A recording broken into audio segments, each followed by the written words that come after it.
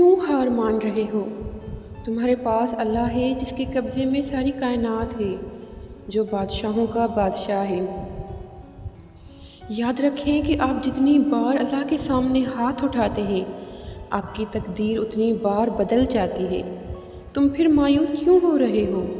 آپ کے پاس اللہ ہے، کائنات کی ہر چیز اس کے کن کی محتاج ہے، تو تمہاری دعا کیا چیز ہے پھر؟ جو رات کو دن میں بدل سکتا ہے، آپ کے مشکل وقت کو بھی آسان بنا دے گا۔ وہ آپ کو آزما رہا ہے تاکہ آپ مضبوط بن جائیں۔ صبر کرو، وہ آپ کو آپ کی سوچ سے زیادہ نوازے گا۔ مسلسل دعا کریں، اپنی خواہش اللہ کے سپرد کر دیں اور معجزات کا انتظار کریں۔ جہاں کوئی نہیں ہوتا وہاں اللہ ہوتا ہے۔ جب سب چھوڑ جاتے ہیں تو اللہ تھام لیتا ہے۔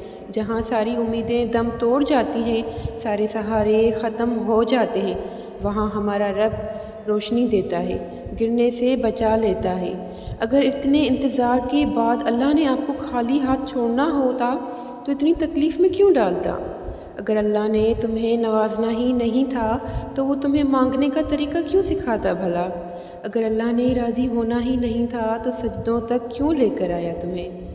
تقدیر میں نہیں لکھنا تھا تو دل میں کیوں لایا؟ ذرا سوچیں اور اپنے دل سے پوچھیں۔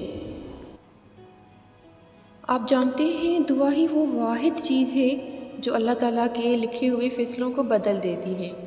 راستہ دشوار ہوگا لیکن کچھ دیر تک سمجھ آ جائے گی۔ کوئی دیر نہیں تھی، جو تھی وہ خیر تھی۔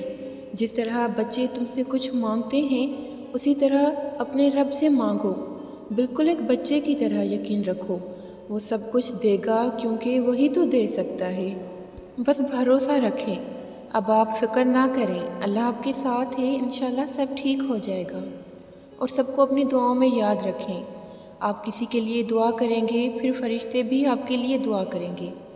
میری دعا ہے کہ اللہ ان تمام لوگوں کی پریشانیاں اور مشکلات دور فرمائے جو کسی بھی وجہ سے پریشان ہیں، اور آپ کی اور میری ساری جائز خواہشات کو اللہ پاک اپنی بارگاہ میں قبول فرمائے۔ آمین۔